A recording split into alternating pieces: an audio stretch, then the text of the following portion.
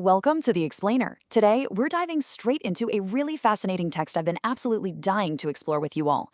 We're looking at Andrew Loomis's iconic 1947 manual, Creative Illustration. Now, if you're a focus learner trying to really lock down the mechanics of visual storytelling, you are in the right place.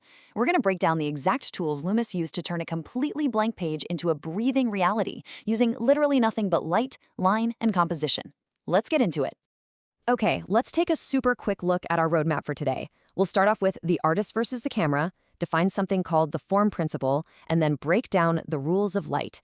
After that, we'll explore the functions of line, the foundations of composition, and finally, what it actually means to go beyond mechanical perfection. All right, section 1, the artist versus the camera. This is all about finding purpose beyond photography.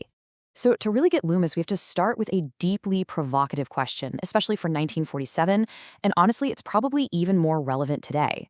If a camera captures perfect reality, why do we even need illustrators? Well, Loomis makes a really fascinating distinction here. He totally admits that the camera owns mechanical perfection, right? It flawlessly captures literal appearance.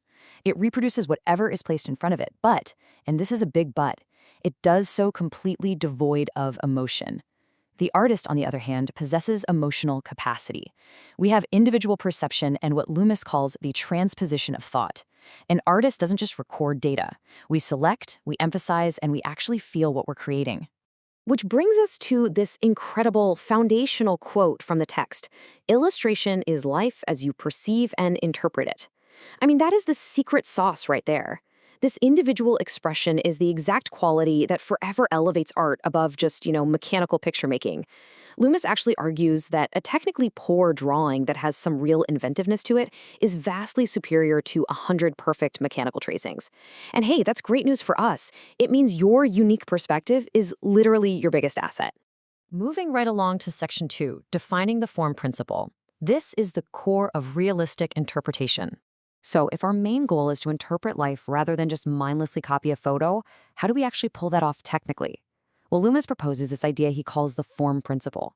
It's essentially the rendering of form with regard to its lighting, its underlying structure, its texture, and its true relationship to its environment. This isn't just a handy tip, it's practically a unified theory of art. It doesn't matter what medium you're using, charcoal, oil paint, a digital tablet, this is your solid foundational approach to realistic interpretation. If you master this principle, you can convincingly render absolutely anything. Which leads us to section 3, the rules of light, and how light creates form. To actually execute that form principle we just talked about, you have to start with light. Why? Because without it, form literally ceases to exist visually. We only see the world because of how light interacts with it. Loomis breaks this interaction down into 4 very sequential, easy-to-follow steps. First, we have direct light. This is the brightest area, hitting the planes of your object squarely at a right angle to the source. Second is the halftone, where the light hits those planes a bit more obliquely, sort of sliding around the form. Third, we hit the shadow. This is the point where the direct light is just completely blocked. And finally, step 4, reflected light. This happens inside the shadow, where secondary light bounces off the surrounding environment and softly illuminates those dark planes. Mentally walking through these 4 steps is exactly how you cascade light around an object to create a brilliant 3-dimensional illusion. But you have to be careful, because Loomis issues a very strict warning here. Faked lighting breaks down every other good quality. What he means is that all your tonal values absolutely must bear a constant logical relationship to one another. If you try to fake it, like inserting multiple totally contradictory light sources just to make a scene look dramatic, you are going to destroy the solidity of your subject. And let's be honest, we've all been guilty of this at some point, right? Sticking to a single true source of light, like sunlight or just a simple desk lamp, forces you to keep those relationships accurate. That's what keeps your forms looking real and grounded in reality. All right, section 4, the 7 functions of line. We're looking at how line is so much more than merely an outline. So we're moving away from solid mass now and stepping into the world of line. Loomis sees line as our very first approach to design. It enters into literally every single phase of making a picture.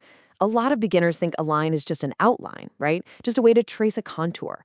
But Loomis points out 7 distinct functions. A line can convey intrinsic beauty just in its own sweeping stroke. It can neatly divide a space. It can act as a specific symbol or thought. Sure, it defines form by its edge, but it also physically directs the viewer's eye across the page. Lines can be grouped tightly to produce gray tonal gradations. And ultimately, line is what you use to create your overall design and arrangement. It's a wildly versatile tool when you use it intentionally.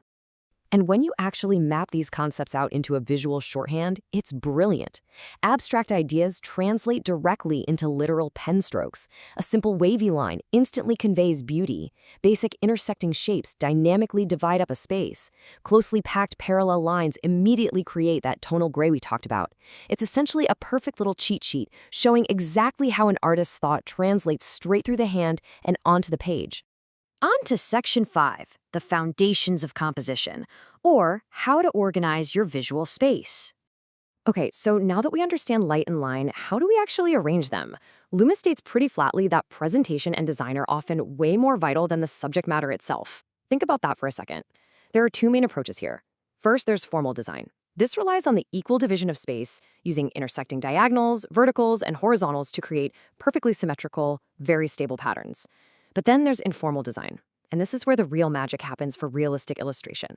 Informal design relies on equal division. We're talking interlacing arcs, overlapping very geometric shapes, and dynamic asymmetrical arrangements that keep the eye constantly moving. Because to the artist, nature is really just one massive, chaotic panorama of contours and spaces. A novice might just snap a camera randomly at nature, but an artist actively seeks to arrange it. Loomis suggests this incredibly practical trick. Use a picture finder. It's literally just a piece of cardboard with a small rectangular hole cut out of it. You use it to frame the world. Your job is to look through that little window, find interesting overlapping areas, and deliberately organize that natural chaos into a cohesive miniature composition. It is such a great tool to use before you ever even think about drawing details. To help organize that space even further, Loomis reveals another fascinating trick: building your compositions on hidden foundational shapes. You can literally build entire complex scenes upon simple letter shapes, like a giant sweeping S-curve or a rigid L shape. Or you can build them upon basic geometric forms, like overlapping triangles or intersecting circles. By starting with these hidden structural anchors, which, by the way, the viewer will never consciously notice, you can evoke entirely different emotional responses. It ensures your composition feels totally unified and intentional, rather than just a random collection of floating objects. Finally, Section 6, Beyond Mechanical Perfection. Let's talk about bringing actual life to the page. We have covered a massive amount of technical ground today, from the form principle all the way to complex composition. But we really need to bring this full circle back to the artist's unique role. Loomis grounds us with this incredibly powerful statement: devoid of personality, creative art would have little reason for existence. The technical mechanics we discussed, the structural grids, the strict rules of lighting, the various functions of line, these are all absolutely crucial, for sure. But they are only your jumping-off place. They are simply the basic stock and trade expected of any competent illustrator. It is your feeling, your subconscious interpretation, and your distinct personality that ultimately gives your artwork its actual worth. Which leaves us with this final, absolutely vital question to ask yourself the very next time you sit down to create. Are you just copying reality, or are you interpreting life? You now have Loomis's structural tools. You understand the form principle, the rules of light, the architecture of line and composition, so use them. But use them not to mimic a cold mechanical camera. Use them to translate the world exactly as you and only you perceive it. Thank you so much for joining me for this explainer. Keep learning, keep structuring, and above all, keep interpreting. Catch you next time.